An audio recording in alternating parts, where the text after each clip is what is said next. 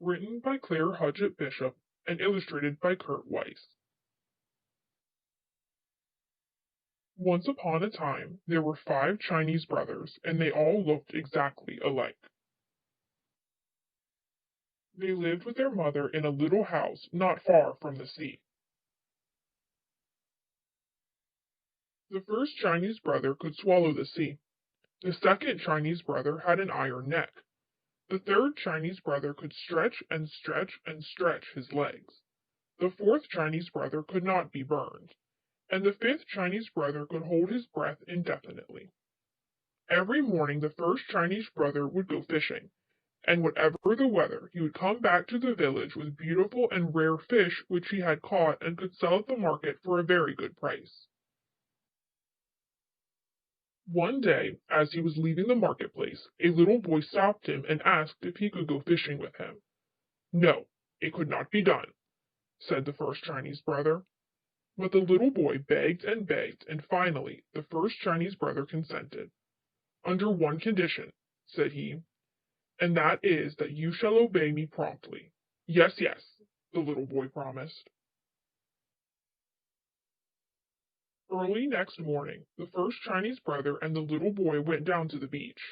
Remember, said the first Chinese brother, you must obey me promptly. When I make a sign for you to come back, you must come at once. Yes, yes, the little boy promised. Then the first Chinese brother swallowed the sea, and all the fish were left high and dry at the bottom of the sea, and all the treasures of the sea lay uncovered. The little boy was delighted. He ran here and there, stuffing his pockets with strange pebbles, extraordinary shells, and fantastic algae.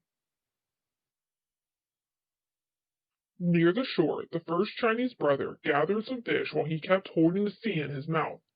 Presently he grew tired. It was very hard to hold the sea, so he made a sign with his hand for the little boy to come back. The little boy saw him, but paid no attention.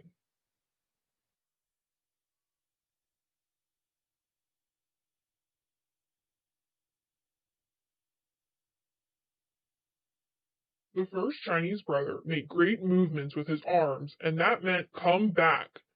But did the little boy care? Not a bit, and he ran further away.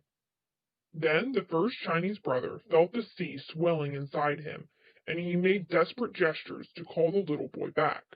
But the little boy made faces at him and fled as fast as he could. The first Chinese brother held the sea until he thought he was going to burst. All of a sudden, the sea forced its way out of his mouth, went back to its bed, and the little boy disappeared. When the first Chinese brother returned to the village, alone, he was arrested, put in prison, tried, and condemned to have his head cut off. On the morning of the execution, he said to the judge, Your Honor, will you allow me to go and bid my mother good-bye? It is only fair, said the judge. So the first Chinese brother went home, and the second Chinese brother came back in his place. All the people were assembled on the village square to witness the execution. The executioner took his sword and struck a mighty blow.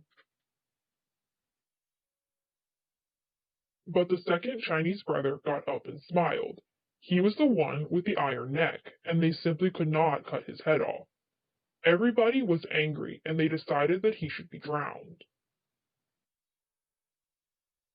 On the morning of the execution, the second Chinese brother said to the judge, Your Honor, will you allow me to go and bid my mother good-bye?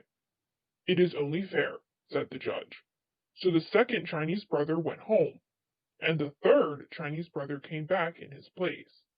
He was pushed on a boat which made for the open sea. When they were far out on the ocean, the third Chinese brother was thrown overboard. But he began to stretch and stretch and stretch his legs way down to the bottom of the sea, and all the time his smiling face was bobbing up and down on the crest of the waves. He simply could not be drowned. Everybody was very angry, and they all decided that he should be burned. On the morning of the execution, the third Chinese brother said to the judge, "Your Honor, will you allow me to go and bid my mother good-bye?" "It is only fair," said the judge. So the third Chinese brother went home, and the fourth Chinese brother came back in his place. He was tied up to a stake. Fire was set to it, and all the people stood around watching it. In the midst of the flames they heard him say, "This is quite pleasant." "Bring some more wood," the people cried. The fire roared higher. "Now it is quite comfortable," said the fourth Chinese brother, for he was the one who could not be burned. Everybody was getting more and more angry every minute, and they all decided to smother him. On the morning of the execution, the fourth Chinese brother said to the judge, "Your Honor, will you allow me to go and bid my mother good-bye?" "It is only fair," said the judge. So the fourth Chinese brother went home, and the fifth Chinese brother came back in his place.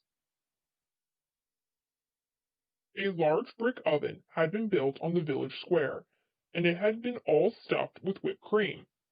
The fifth Chinese brother was shoveled into the oven, right in the middle of the cream. The door was shut tight, and everybody sat around and waited. They were not going to be tricked again, so they stayed there all night and even a little after dawn, just to make sure. Then they opened the door and pulled him out, and he shook himself and said, "My, that was a good sleep." Everybody stared open-mouthed and round-eyed, but the judge stepped forward and said, "We have tried to get rid of you in every possible way, and somehow it cannot be done. It must be that you are innocent." "Yes, yes," shouted all the people. So they let him go, and he went home. And the five Chinese brothers and their mother all lived together happily for many years.